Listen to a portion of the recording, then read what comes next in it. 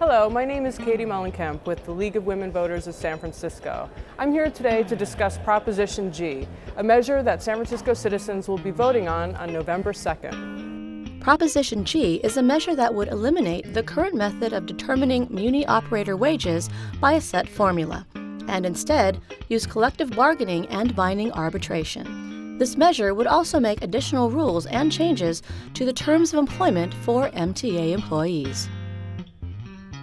I'm here with San Francisco Supervisor Sean Ellsburn, a proponent of Proposition G. Supervisor Ellsburn, can you tell me why you support Proposition G? Sure. I support Proposition G because it's time we bring a little equity to our pay structure for our city drivers. Right now, our drivers are the only group of city employees who have their salary set by charter. As a result, there is a complete inequity when it comes to collectively bargaining their contract. By taking the guarantee out of the charter, we will ensure a fair and even playing ground when we negotiate contracts, and that is to the benefit of the riders. It is not fair in a climate like this. We raise fares, we cut service, yet our drivers, because of the charter, received a 5.5% pay raise. It's just not equitable, and we need the change. Okay. And if Proposition G were to pass, how would it impact San Francisco citizens? It'll impact San Francisco citizens by improving the efficiency and just overall improving muni service. By removing that guarantee and by pressing the reset button on all the work rules like our inability to hire a single part-time driver. San Francisco is the only city in the country without one part-time driver. The ability to earn overtime without having to work 40 hours in a work week. By removing a lot of these work rules, that will open up and free up dollars that can be plowed back into service. And that is to the benefit of all riders, and even if you don't ride Muni, having an improved Muni system benefits all of San Francisco, certainly benefits the San Francisco economy, and certainly benefits San Francisco's infrastructure.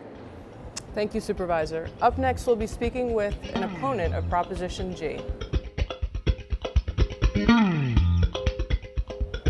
And now I'm here with Mr. Erwin Lum of the Transport Workers Union Local 250A and an opponent of Proposition G. Mr. Lum, why do you oppose Proposition G? Well, I think first of all that there's no question that Muni is not functioning properly and it needs major improvements. But I think Proposition G does nothing to improve service or fix Muni.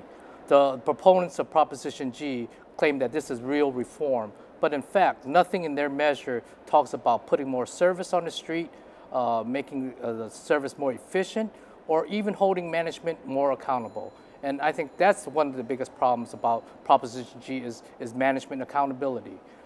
Within the agency, we have a below the top heavy layer of management who is ineffective and not accountable, and basically we feel is one of the main obstacles to real reform. And Proposition G, all it does is blame drivers for the problems. Just last year alone, we had the top manager at Muni who makes over $322,000 a year, while service was decreased, fares was increased, and we even eliminated service on some lines.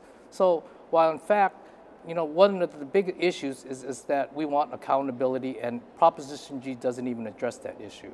And then one of the biggest issues is that drivers are part of the solution, not the problem. We have one of the hardest jobs in the city, and driving one of the in terrain that is difficult to maneuver. But you know, we do it in a manner that is efficient, taking into consideration we carry over 700,000 people a day, and we deal with disabled and senior passengers all in an efficient way as much as possible. So bottom line is that, again, Proposition G does nothing to improve Muni. On the other hand, we have a situation where they talk about this is true collective bargaining and that it's similar to all other city employee unions. But what it does, it puts us in a separate category and boxes the arbitrator and negotiators in a situation that no other public employee union faces that today. So we're asking the voters to join with us for real reform by voting no on Proposition G. Great, thank you. Okay. And if passed, how would Proposition G impact San Francisco citizens? I think that's the biggest question and biggest problem, because Proposition G will not improve service one bit. It will not add resources in terms of money for the system, won't put more buses out there. Basically, all it does is put the drivers as the main cause of the problem. So there's nothing about management accountability, finances, or the resources to make it run. Thank you. I hope this was informational. For more voting information, go to www.sfvotes.org and don't forget to vote on November 2nd.